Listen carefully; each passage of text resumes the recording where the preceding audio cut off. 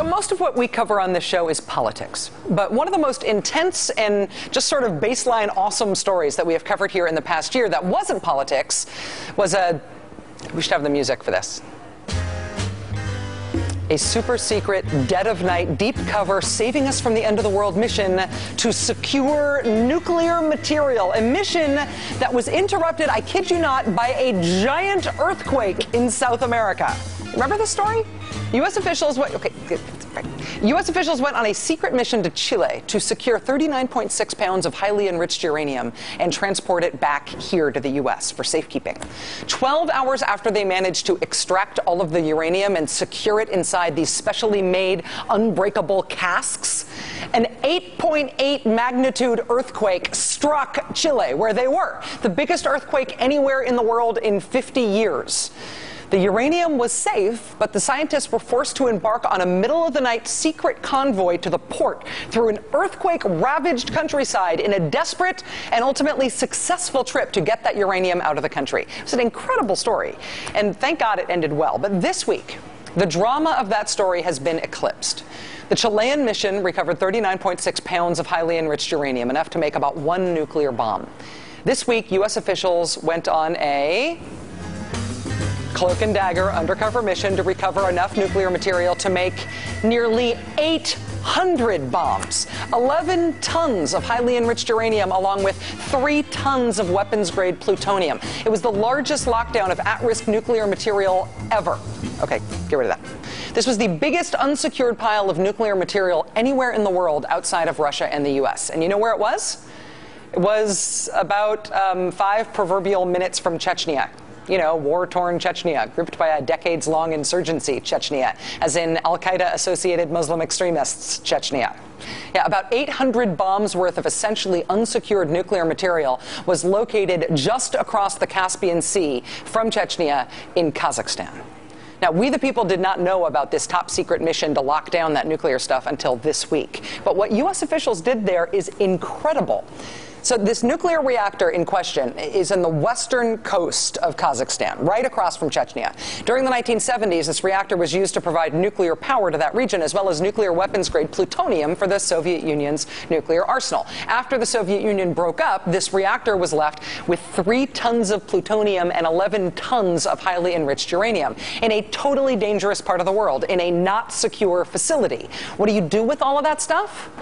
Well, in secret, nuclear experts were flown in from the U.S., and they embarked on a super top-secret mission to transport this stuff. We're talking 800 nuclear bombs worth of nuclear material. 800 bombs worth of material. They wanted to transport it clear across the country. An 1,800-mile, 13-day overland journey to the other side of Kazakhstan. How do you safely transport 14 tons worth of lethal nuclear materials that every terrorist in the world would love to get their hands on? You do it very, very carefully. Secret teams of officials sent in to upgrade the rail system along the route so it could handle 110-ton railroad cars. Why did they need specially built, specially locking 110-ton railroad cars? Because the precious cargo riding on top of those cars were these specially built, super unpenetrable casks full of the nuclear material. Stainless steel and concrete casks that took years to design. Each cask has 2 bolted-on seals and a 3rd seal that is welded on. These casks were locked into these specially built rail cars, and the mission was to truck these super heavy rail cars carrying the most dangerous thing in the entire world, the thing that al-Qaeda wants more than anything to get, across this Central Asian country with nobody knowing what they were doing.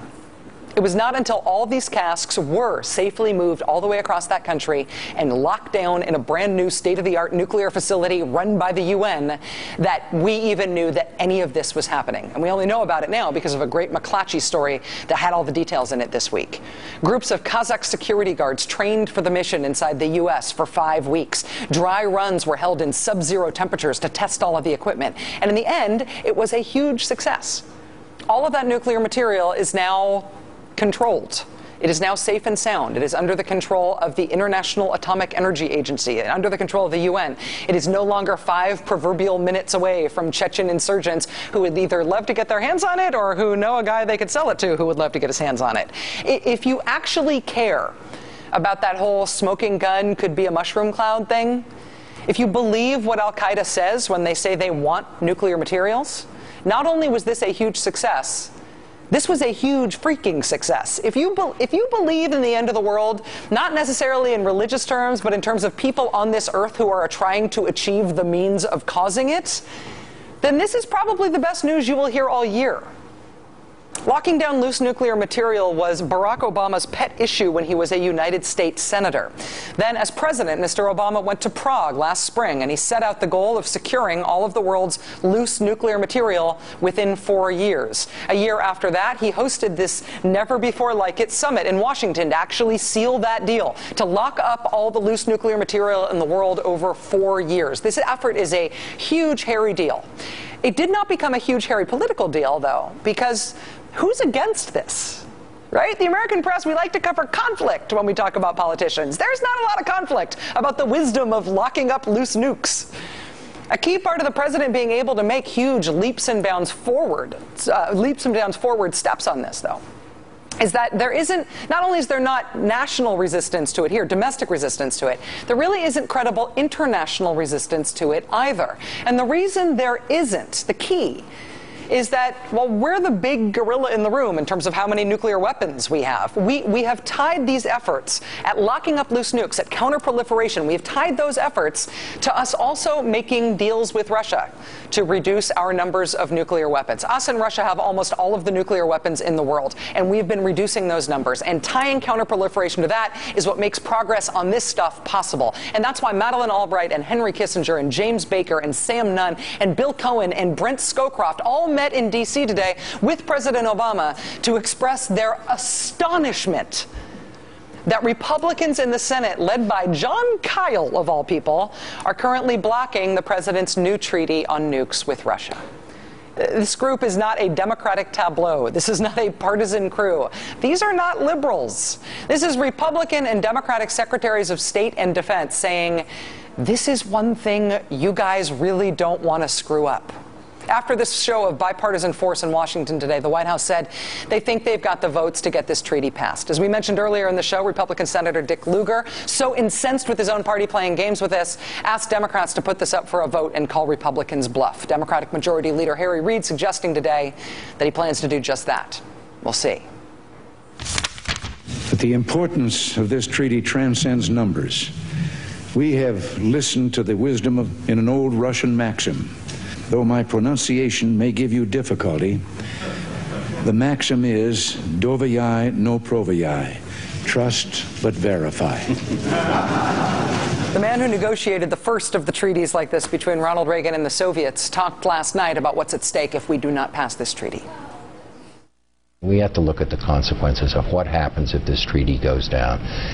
We lose the verification system that has already lapsed under the treaty that I negotiated, and we lose all credibility on the problem of stopping nuclear proliferation. Margaret, there are only 2 governments in the world that would not like to see this treaty ratified: the government in Tehran and the government in North Korea. And apparently Senate Republicans, too. Maybe it would change their minds if they took a field trip to Kazakhstan. I promise to cover it if they go. Now it's time for the last word with Lawrence O'Donnell. Good evening, Lawrence. Thanks, Rachel. Indeed.